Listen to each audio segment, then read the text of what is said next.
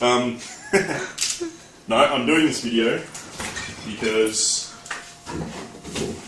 my friend Stu decided to do a how to cook spaghetti bolognese video, and he didn't really cook the bolognese. He just threw it all in a pan and said, "It's cooked, look." So I'm going to do a video reply to Stu's YouTube showing how to cook bolognese. The right way? The right way. There is no right way to cook bolognese. It's literally the way you feel like doing it at the time. Wrong one.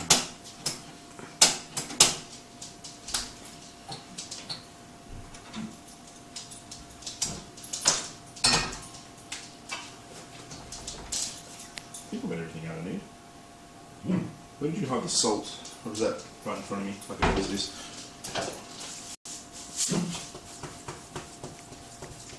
Grumpy puppy. So I'm salting water for the pasta. That's nice and easy. Olive oil.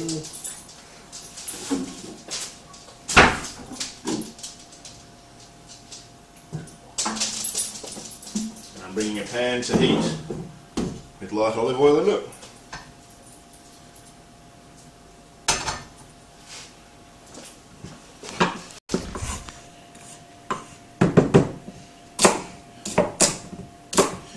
And I'm going to fry off some onions, garlic, carrots and celery, which will be the base of my sauce.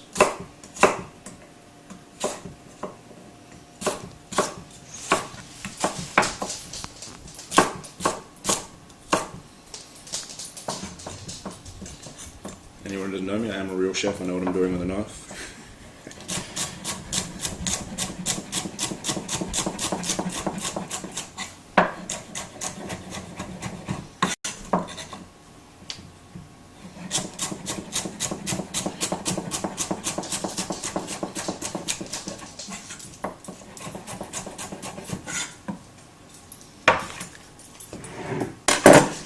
My pan should be nice and hot.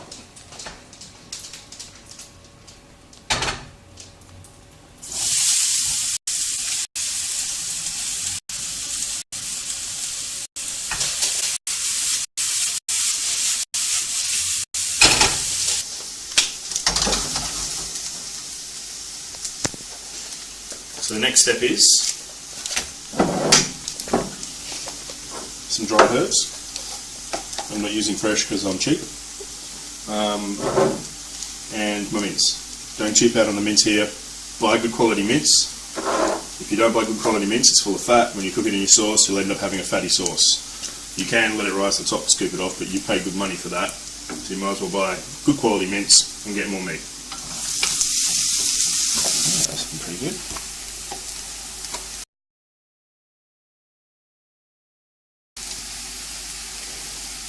Static chef measurement.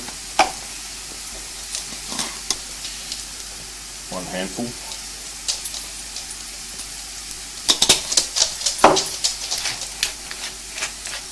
My pepper grinder's empty.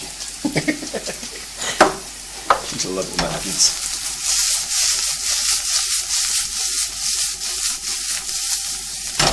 Of course, baby. Alright, so that's basically cooked down to what I want. So I'm going to add the meat. Meat.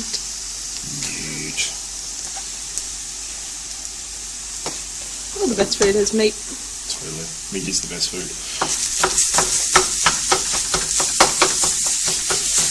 What you want to do now, kind of break it down a bit.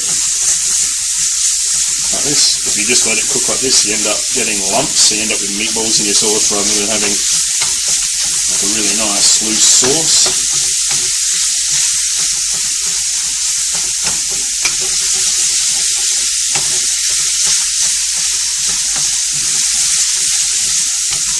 See, as it goes kind of brown and grey, you're kind of separating it apart.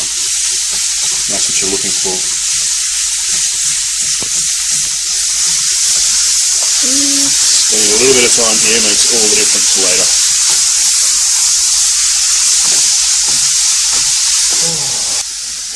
What would you say the most important part about cooking is? the alcohols that go along with it.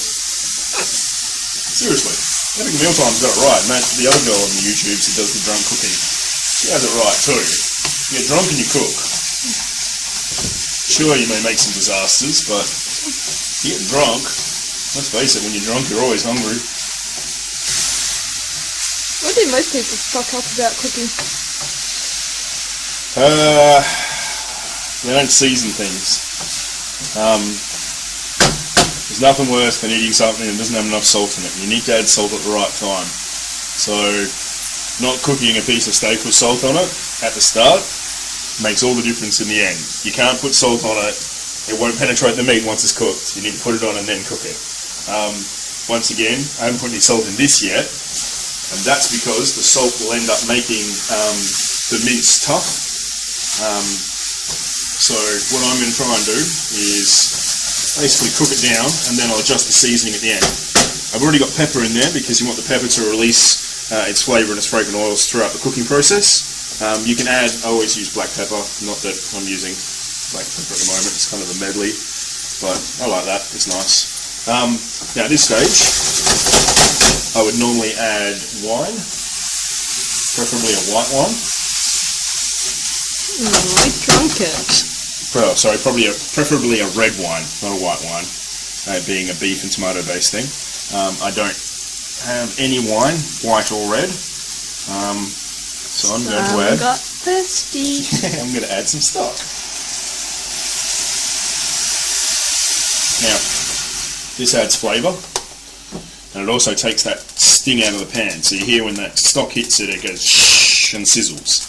You got to be really careful, because if you add a thick sauce to it, bechamel, cream, or a jar of bought sauce like I'm about to use, that sizzle can sear the sauce and burn it. And once you start the burning process, it's really hard to stop it. Adding a bit of stock to it, or wine, or beer if you're so inclined.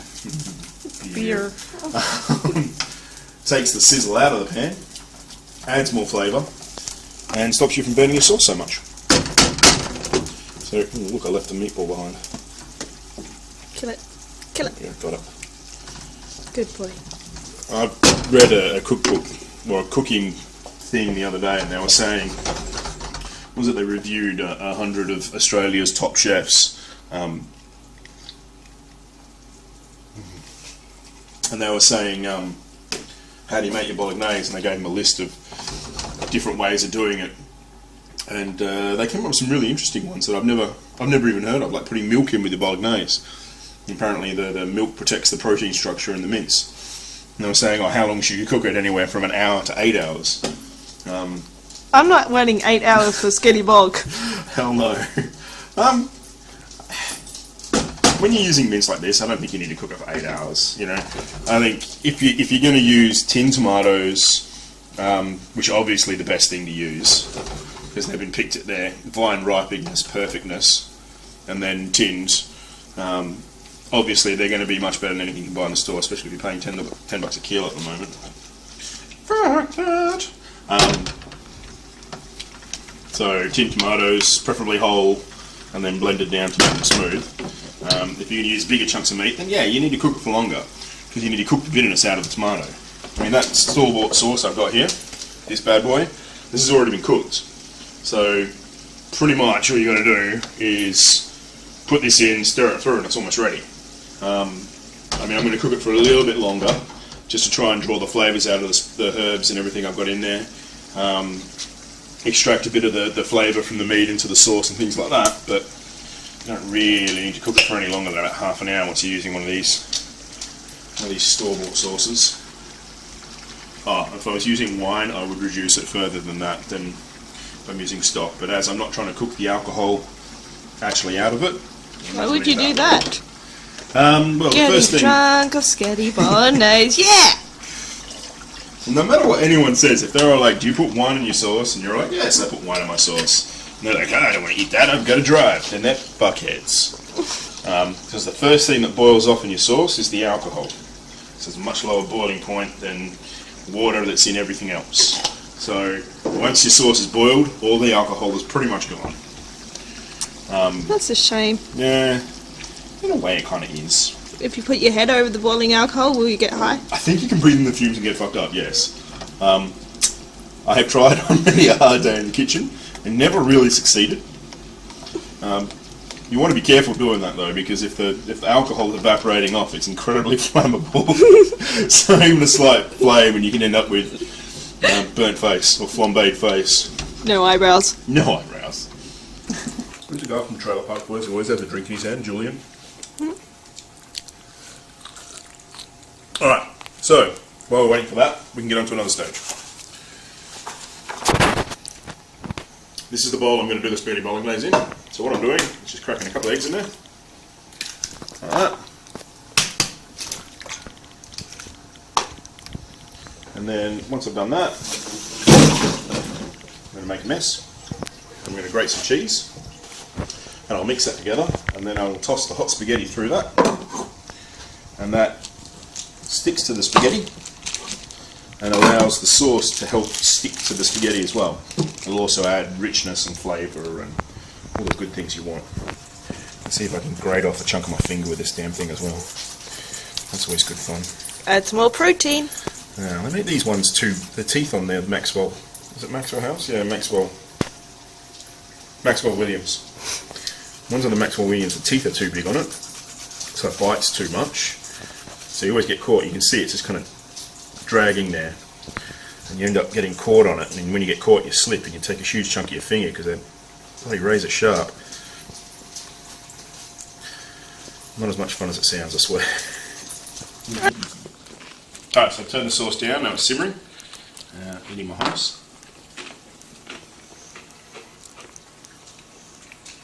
Alright.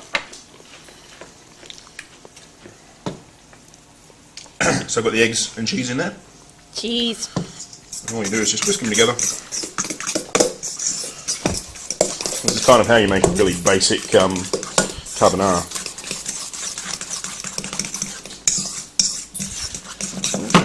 So all you have to do is just whisk them together like that. And then just set it aside until you're ready.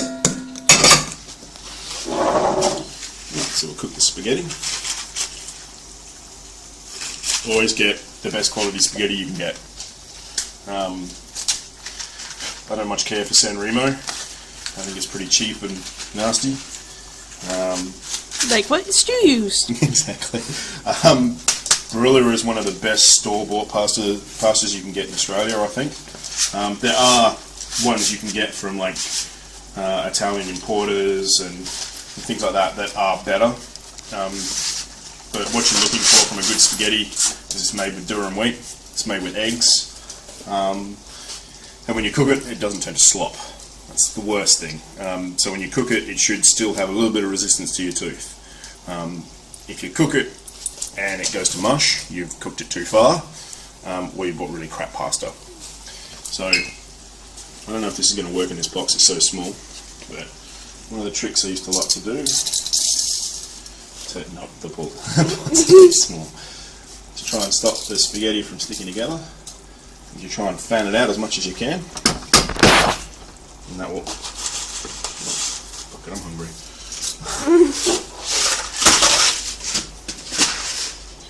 Try to fan it out as much as you can. Fan it out as much as you can and it'll stop it from sticking together. And then just kind of poke it all into the water. Let the water come back up to the boil and then give it a stir. And that will take about 10 minutes from now. You'll see all good tomato sauces and stuff like that, they'll have a level of oil that just starts to raise up on the top. And that's the olive oil or the fat and the meat just coming up to the surface. That's what you're looking for to tell you it's kind of ready. Good fat. Good, it's good fat. Fat is flavour. So you're looking for that. I mean, that just needs to simmer away a little bit longer so it reduces down and just intensifies a bit. And then I'll give it a taste in about 10 minutes. I'm just going to stir the pasta real quick. Always stir your pasta. There's nothing worse than clumpy bits of clumpy pasta all sticking together and not cooked properly. It doesn't take much. I mean, all you're doing here is just kind of drawing your spoon across the pan. I did mention this pan's heavily salted water. Salty like the ocean. And you do that because you don't want the salt in the pasta to leach into the water. So If you put too much salt in there, it'll make the pasta taste salty. If you put the right amount of salt in there, it'll stop the salt that's already in the pasta going into the water. So what, you don't add salt to make it boil quicker, it's to make food taste good. Yeah, I don't know the chemistry exactly on it, but I think to add enough salt to raise the temperature 1 degree, you have to add like, I think something stupid like 10 or 50 grams or something like that per litre. I mean, that's going to make it so salty that it'd be inedible. So you're not looking for the water to be hotter. If you wanted to do that, you'd use a pressure cooker. You're basically just putting salt in the water to stop the salt going from the pasta into the water, and then stopping your water tasting like pasta and your pasta tasting like water. So it's just a barrier. I mean, you should put salt in anything you're going to blanch vegetables or pasta or cook rice in or anything like that. You should always put a bit of salt in the water, and it just keeps the natural salts which are in whatever you're cooking in whatever you're cooking. Yeah, so the pasta will continue to cook after you've drained it. So it's going to be hot. Grab yourself a tea towel. If you have to have that explained to you, you're a fuckhead. Off we go. Tip it onto the Katie and drain. Yay, steam shower. So just let that drain a little bit. Into the pot? It doesn't matter where you drain as long as it's not on you, because the water's bloody hot. Remember, the water's bloody hot. And then into my pot that had the cheese in it. Cheese.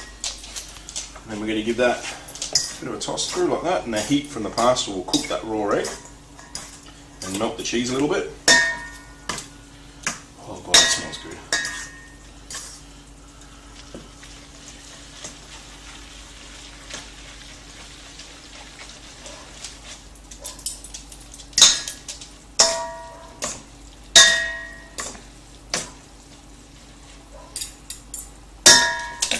Alright, so you can see there that the pasta's all nicely coated with the cheese and the egg. That's going to stop the pasta from sticking together. So, I mean, it's kind of like when you add olive oil or oil to the pasta, stop it sticking together. You don't really want to do that a lot, because once you add oil to your pasta like that, it stops whatever sauce you're going to put on it from sticking to the pasta, which is the whole idea. So this, it'll stop the pasta from sticking together, but it won't stop the sauce from sticking to the pasta, which is what you want. So let's turn that burner off. Fire! Oh. No more fire. Oh, no more fire. So that sauce is all nice and ready there. That looks beautiful. Give it a quick blast.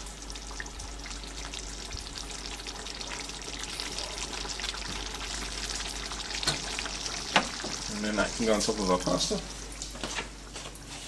You don't have to serve it like this. You don't have to toss the two things together if you don't want to.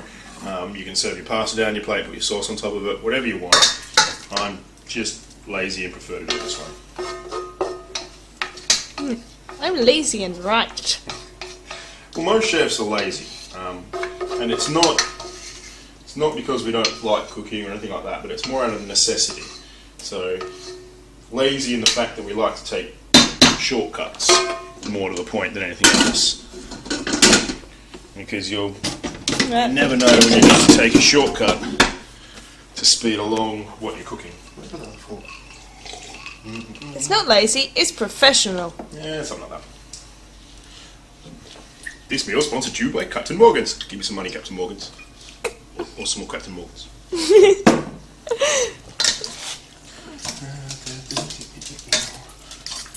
Alright, so you just toss the two together.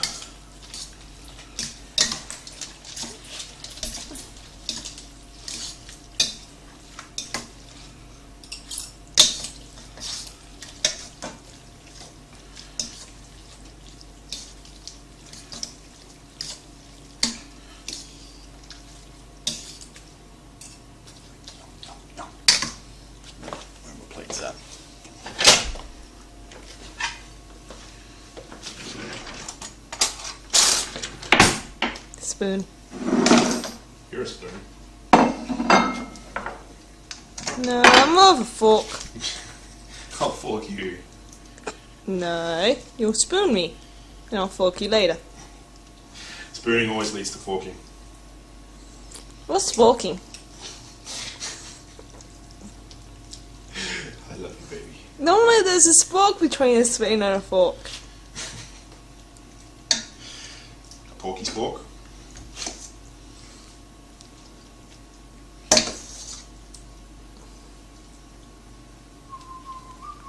Little one for Katie, please. What's a little one for Katie? Not little enough? Is that okay? Yep. Yeah, Katie doesn't want cheese, does she? No. Or extra treats. Pauly does. Because he likes cheese. And he likes the chances of grating his fingers off. Don't sponsor me, Maxwell House. You suck, Maxwell. Williams, you suck. Michael playing for the win. Now to take this thing off, it's going to grate my fingers off again. That's okay, it's not even my food.